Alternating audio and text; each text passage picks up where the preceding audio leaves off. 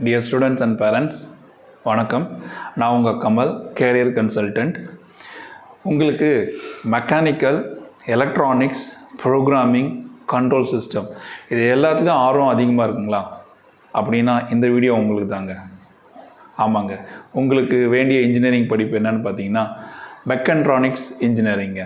ஆமாங்க, வாங்க வீடியோக்குள்ளே பார்க்கலாம். Mechanical, electronics, programming and control system இது எல்லாத்தோட கூட்டு கலவை தாங்க மெக்கட்ரானிக்ஸ். ஆமாங்க, அதனால தான் மெக்கட்ரானிக்ஸ் சிம்பிளாக நீங்கள் இன்ஜினியர்னு சொல்கிறத விட you are the brain behind the intelligence system சொல்லலாங்க. ஆமாங்க, ஸோ மெக்கட்ரானிக்ஸ் படித்த engineers just not a engineer, you are the brain behind the intelligence சிஸ்டம்ஸ்னு சொல்லலாங்க. சரிங்களா? ஏன்னா நீங்கள் தயாரிக்கக்கூடிய machines it's not just a machine. இது திங்க் பண்ணும், நடக்கும், யோசிக்கும், ப்ளஸ் ரியல் வேர்ல்ட் ப்ராப்ளம்ஸை சால்வ் பண்ணக்கூடிய இன்டெலிஜென்ட் சிஸ்டமாக இருக்குங்க. இது நீங்கள் பல துறையோட படிப்பு சார்ந்து படிக்கிறதுனால உங்களுக்கு பல டிபார்ட்மெண்ட்ஸ் அல்லது பல இண்டஸ்ட்ரீஸில் உங்களுக்கு வாய்ப்புகள் இருக்குங்க. ஆமாங்க, இவிஸ்லேருந்து ஏஐலேருந்து ஏரோஸ்பேஸ் வரைக்கும் உங்களுக்கு பல வாய்ப்புகள் உங்களுக்கு இருக்குங்க. பல இண்டஸ்ட்ரீஸில் உங்களுக்கு வாய்ப்புகள் நிறைய இருக்குங்க. ஓகே, இப்போது இந்த மெக்கட்ரானிக்ஸில் நீங்கள் எதை பற்றி படிக்க போகிறீங்க? நீங்கள் மெக்கட்ரானிக்ஸில் engineering mechanics, thermo fluids, dynamics, digital electronics, sensors, microprocessor, embedded system, IoT, control system, robotics, PLC programming, software டூல்ஸான மெட்டாலேப், அப்புறம் SolidWorks, CAD, Python, AI and data driven automation இது எல்லாத்தையும் பற்றி நீங்கள் படிப்பீங்க. ஸோ மெக்கட்ரானிக்ஸ்ன்றது எல்லா துறையோட கூட்டு கலவையாக இருக்குங்க. ஓகே, இந்த மெக்கட்ரானிக்ஸ் படிக்கிறதுக்கு உங்ககிட்ட என்ன எலிஜிபிலிட்டி வேணுங்க?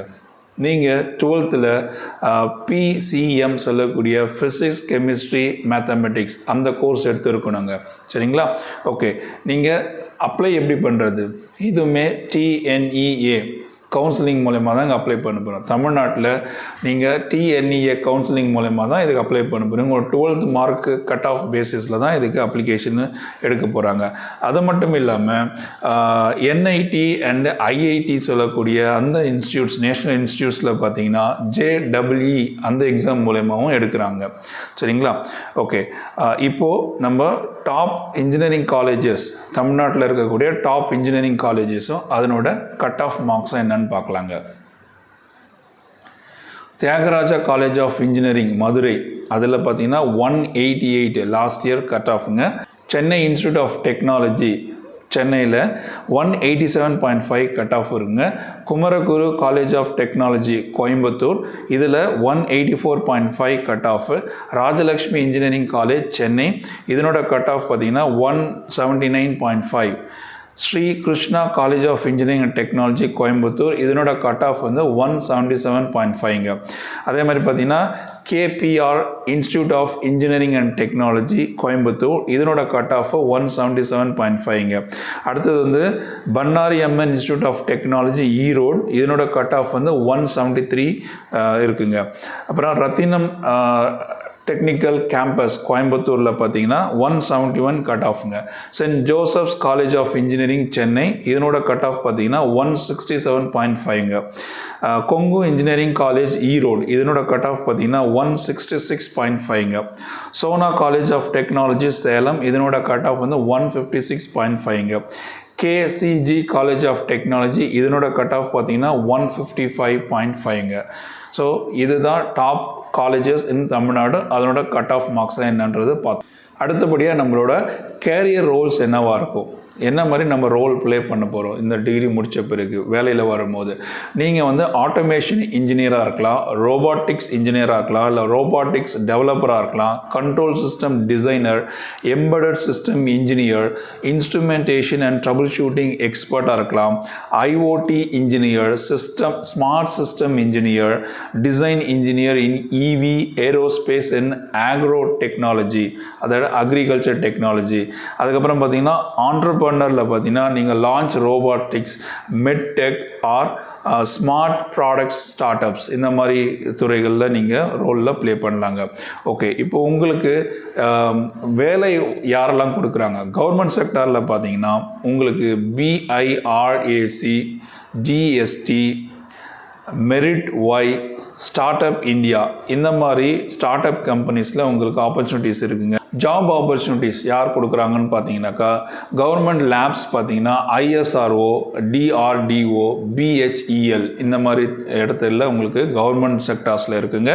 ப்ரைவேட்டில் போனீங்கன்னா உங்களுக்கு வந்து posh, siemens, ABB, Tata, ELXI, LNG, Ashok Leyland இந்த மாதிரி ப்ரைவேட் கம்பெனிஸில் இருக்குங்க.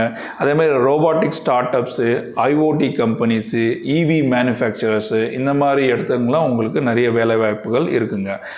அது மட்டும் இல்லாமல் startup smart manufacturing systems வச்சுருக்கவங்க, டிஃபென்ட் டெக்னாலஜி, அப்புறம் ஹெல்த் கேர் ஆட்டோமேஷன் இந்த மாதிரி துறைகள்லேயும் உங்களுக்கு வந்து நிறைய வேலை வாய்ப்புகள் இந்த படிப்புக்கு இருக்குங்க. ஓகே, இப்போ அடுத்தபடியாக நம்ம வந்து சேலரி எப்படி இருக்குதுன்னு பார்க்கலாங்க. ஃப்ரெஷராக இருந்தீங்கன்னா 25,000லேருந்து 45,000 பர் மந்த்துங்க. இதே நீங்கள் 2 to 3 years எக்ஸ்பீரியன்ஸாக இருந்தீங்கன்னா 5 to 10 lakhs per annum. With AI robotics ஸ்கில்ஸோடு இருந்தீங்கன்னா நீங்கள் 12 lakhsலேருந்து 30 lakhs பெர் ஆனம் எடுக்கலாங்க. நீங்கள் குளோபல் ரோல்ஸில் போனீங்கன்னா 50,000லேருந்து 100,000 பெர் இயராக இருக்குங்க. அதாவது இது வந்து டாலர்ஸ்லங்க. நீங்கள் குளோபலில் போனீங்கன்னா $50,000லேருந்து $100,000 வரைக்கும் உங்களுக்கு சேலரி ஆப்பர்ச்சுனிட்டிஸ் நிறைய இருக்குங்க. எஸ்பெஷலி இதில் வந்து ஜெர்மனி, US, சிங்கப்பூர் இந்த மாதிரி கண்ட்ரீஸில் உங்களுக்கு நிறைய வேலை வாய்ப்புகள் இருக்குங்க. நம்ம இந்தியாவிலன்னு பார்த்தீங்கன்னாக்கா சென்னை, கோயம்புத்தூர், பெங்களூர், பூனே இந்த மாதிரி சென்னை சிட்டிஸில் நல்ல வாய்ப்புகள் இருக்குங்க. குளோபலாக சொல்லப்போனால் முன்னாடியே சொன்ன மாதிரி ஜெர்மனி, US, சிங்கப்பூர் இது மட்டும் இல்லாமல் கனடா, USA, ஜப்பான் நாட்டுகளில் நம்மளுக்கு நிறைய வேலை வாய்ப்பு இருக்குங்க. இது வரைக்கும் நம்ம மெக்காட்ரானிக்ஸ் இன்ஜினியரிங் படித்தாக்கா எந்தெந்த ரோல்ஸில் நம்ம வேலைக்கு கிடைக்கும், எந்த மாதிரி இடத்துல வேலைலாம் கிடைக்கும், எவ்வளோ சம்பளம் இருக்கும், வெளிநாட்டோட ஆப்பர்ச்சுனிட்டிஸ் என்ன இருக்குது அப்படின்றத பார்த்தோங்க. இந்த வீடியோ பயனுள்ளதாக இருக்கும்னு நம்புகிறேன். பிடிச்சிருந்தா ஒரு லைக் போடுங்க, உங்கள் ஃப்ரெண்ட்ஸுங்களுக்கு ஷேர் பண்ணுங்கள். மறக்காமல் நம்ம சேனலை சப்ஸ்கிரைப் பண்ணிங்க, பெல் பட்டன் ஐக்கான் கிளிக் பண்ணிக்கோங்க. நான் போடக்கூடிய வீடியோஸ் உடனே கூட உங்களுக்கு நோட்டிஃபிகேஷன் வரும். எல்லா வீடியோவும் நீங்கள் மிஸ் பண்ணாமல் பார்க்கலாங்க. வாழ்த்துக்கள். நன்றி, வணக்கம்.